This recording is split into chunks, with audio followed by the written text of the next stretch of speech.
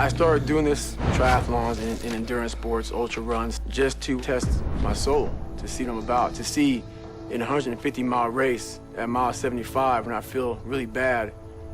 That's when you know.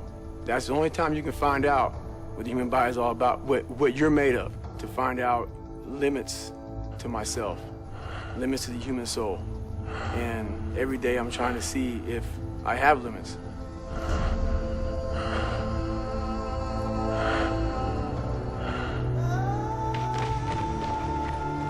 I run anywhere from 125, 150 in a week. So I'll try and put in about 450 miles a month. Usually every day I wake up at 3 o'clock in the morning and I run anywhere from 10 to 15 miles in the morning. And then I live about 25 miles from work. So I get my bicycle, commute into work, do a normal work day. At lunchtime around noon, I'll run again, anywhere from 5 to 8 miles, whatever it may be. Come back, work, and around 5:30, I'll ride back home, 25 miles on my bike. If I'm feeling good and I want to get more miles, I'll get off the bike and do like a short 3 or 4 or 5 mile run. That's my everyday life. So I don't just train like an hour or so. I train until something is uncomfortable, and then that's when you know who you are. The only easy day was yesterday. It just never ends. I mean, I've done some races where you're on a 1 mile track and you'll run for 48 hours straight. So imagine running 48 hours and running 1 mile track. And it's not like you're sleeping, you're running for 48 hours, to see how many miles you can get. I want to talk about mind torture. My life doesn't have a finish line.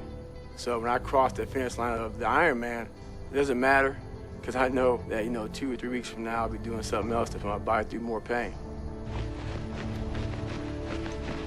I believe, everything I try to do is kind of defined by excellence, but I don't think I ever reach excellence myself, because my standards of my life are really high.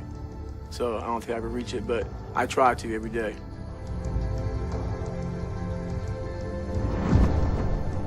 You have to be a good individual first before you can be a good team player.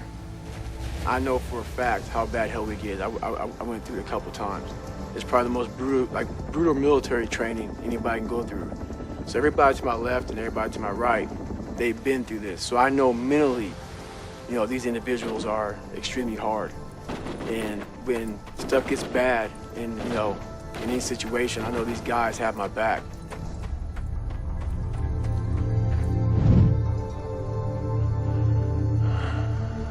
I've done a lot of things I thought were impossible. Nothing's impossible anymore. David Goggins, the United States Navy.